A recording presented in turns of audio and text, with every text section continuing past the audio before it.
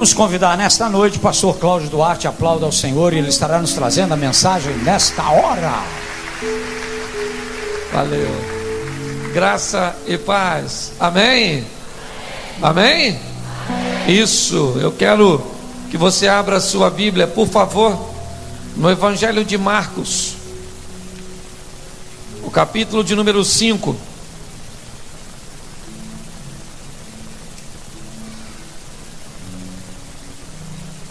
O verso é o de número 2.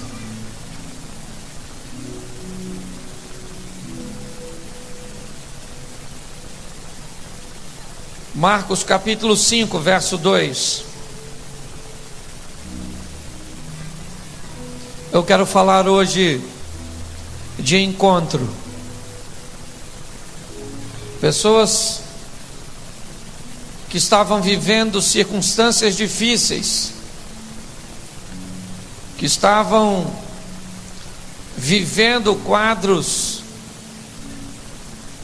que, no parecer das outras pessoas e talvez no seu próprio parecer, não poderiam ser revertidos, mas bastou um encontro para que a história mudasse. Marcos capítulo 5, verso 2. Quando Jesus desembarcou, um homem com um espírito imundo veio dos sepulcros ao seu encontro. Repita comigo só esse pedacinho. Veio ao seu encontro. Feche os seus olhos. Senhor nosso Deus e Pai, em nome de Jesus, queremos continuar ouvindo a Tua voz. Fala conosco, ó Deus. Usa-me como um canal de bênção nesta hora, Senhor. Pelo poder do nome de Jesus. Amém, glória a Deus. A história deste homem é narrada por 3 evangelhos: Mateus, Marcos e Lucas.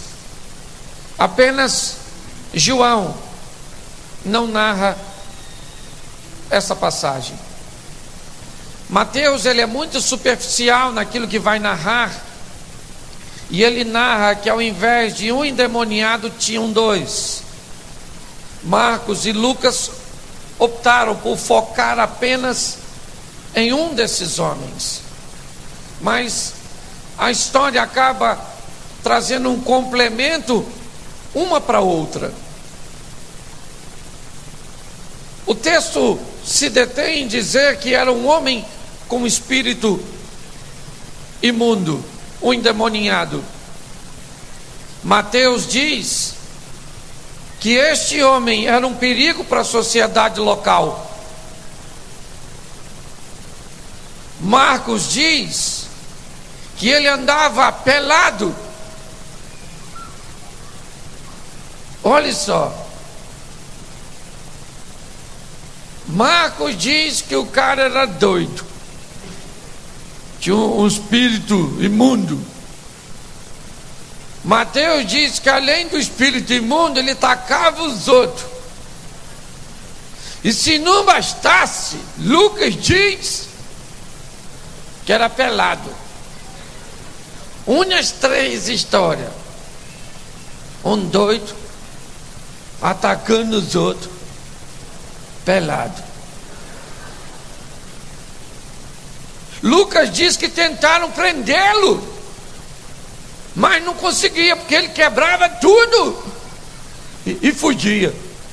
Você, como um pai de família, se tem um cara com esse histórico perto da tua casa, pelado, violento, endemoniado, já tentaram prender o cara e não deu certo, você gostaria que acontecesse o que com ele? Seja franco. Qual era a sentença que você daria para um homem com esse histórico? Hein? O quadro desse homem é um quadro que não tem solução. Está lá endemoniado, doido, morava no cemitério, machucava-se, está tudo lá escrito, depois você lê. Marcos 5, Mateus 8 e Lucas 8. O cara todo machucado, pelado, agarrando os outros, com demônio. Eu tenho mulher, eu queria proteger minha família. Eu fico pensando que eu falaria assim: que é isso? Podia matar esse cara, parecer um chefe de grupo de extermínio, uma milícia. Estou só contextualizando. Mas só estou querendo que você entenda que se você, quando você olhar, você pode olhar agora com esse olhar seu de misericórdia, dizer: não, pastor, eu não queria isso. Mentira. Era a única solução para esse homem, para aquela sociedade viver, é ou não é? Em paz. Só que do outro lado, certo? Do outro lado do mar, porque este homem ainda não está na terra dos judeus, não, ele está em Decápolis, na terra dos gentios, um local que os homens que Jesus anda discipulando não costumam frequentar. Só que Jesus tem uma ideia, ele deseja dar um pulinho lá onde esse camarada mora. Ele pega o barco com os seus discípulos e atravessa. Os discípulos provavelmente não estão entendendo o que vão fazer lá. Lá não tinha comida judaica, lá o porco era o elemento de sacrifício a deuses pagãos. Lá a história era outra. Mas como foi Jesus que chamou, ninguém questionou. Chegaram lá do outro lado, assim que ele desembarcou, o texto que lemos entra em cena. E saiu do sepulcro um homem com espírito imundo, pelado, correndo na direção de Jesus. Pensa, acabou de chegar um cara pelado na direção dele. O pessoal deve ter falado: agora deu ruim. Ele chega e diz assim: que tenho eu contigo, filho do Altíssimo, para você vir me perturbar? Me parece que as pessoas não sabem o que Jesus foi fazer lá, mas o espírito imundo que está nesse indivíduo sabe.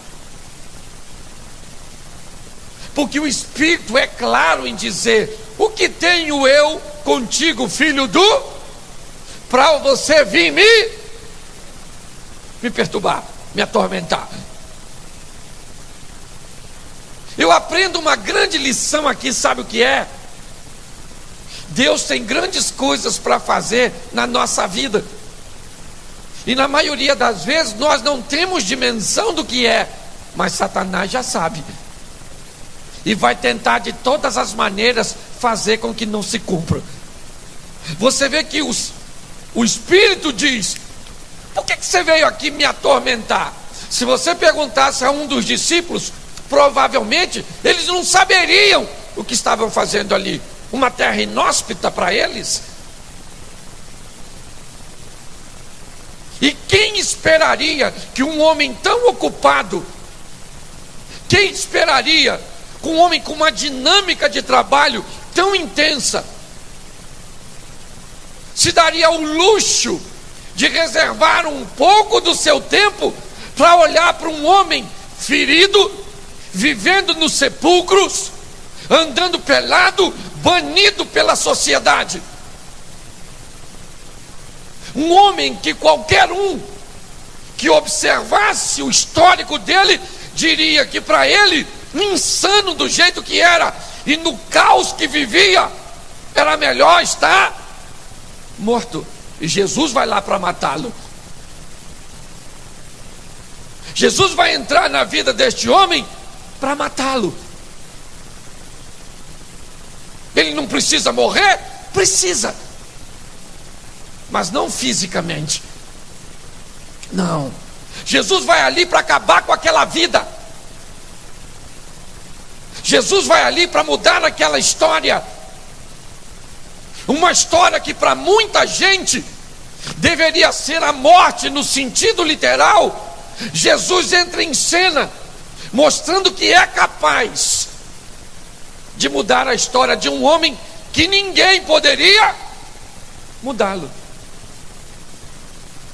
Ele entra em cena e quando o demônio diz para ele: o que tenho eu contigo? Jesus pergunta, e não precisava perguntar,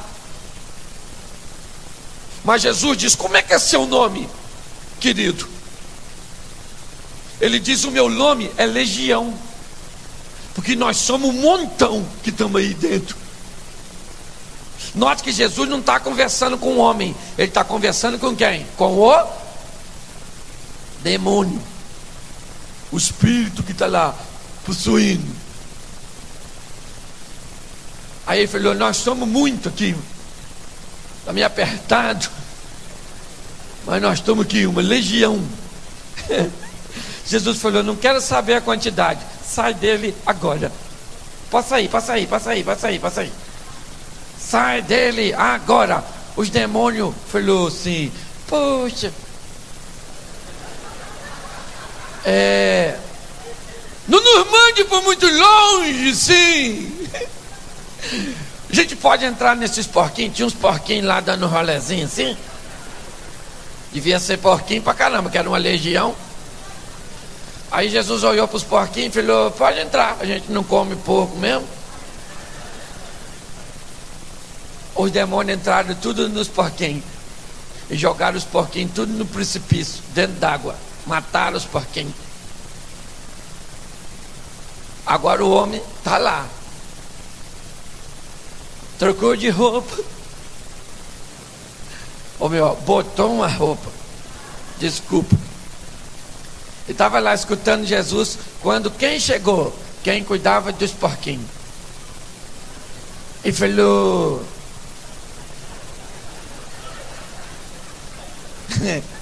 alguém viu os porquinhos que nós deixamos aqui agora mesmo? Alguém falou assim, ó. Ele matou os porquinhos dos 6. Tá vendo aquele que está vestido lá? Pois é, ele estava pelado e tinha uns troços dentro dele. Lembra dele? O cara que estava aí lá no sepulcro, estava mesmo machucado ainda, que não ficou curado. Pois é. Ele falou que tinha uma legião dentro dele. Jesus falou: sai. Mudaram para os porquinhos. Os porquinhos suicidou. Foi aí que matou seus porquinhos. Aí os caras chegaram lá e falaram para Jesus: ô matador de porquinho, você vai embora agora da nossa terra. O senhor some daqui. Matou nossos porquinhos. Jesus falou para os discípulos: vamos embora, gente. Vamos embora para o outro lado. Os porquinhos já morreram. E aí o ex-endemoniado falou: ô Jesus, deixa eu ir com o senhor, poxa. Ele falou: não, querido, vá para sua casa. Deixa eu falar uma coisa que eu aprendo aqui. Aliás, os 3 textos falam muito de família, uma das coisas que eu mais faço. Mas olha que coisa intrigante. Um homem com um histórico tão pessimista, um homem à beira da morte, se é que eu posso dizer assim, porque ele já estava morto, vivendo nos sepulcros, mesmo vivo, machucando-se, nu. O que Jesus está querendo me mostrar aqui? Preste um pouco a atenção e pare para pensar. Ele está querendo me dizer o seguinte: não interessa o que as pessoas acham a respeito da sua situação. Não importa que sentença as pessoas dão a seu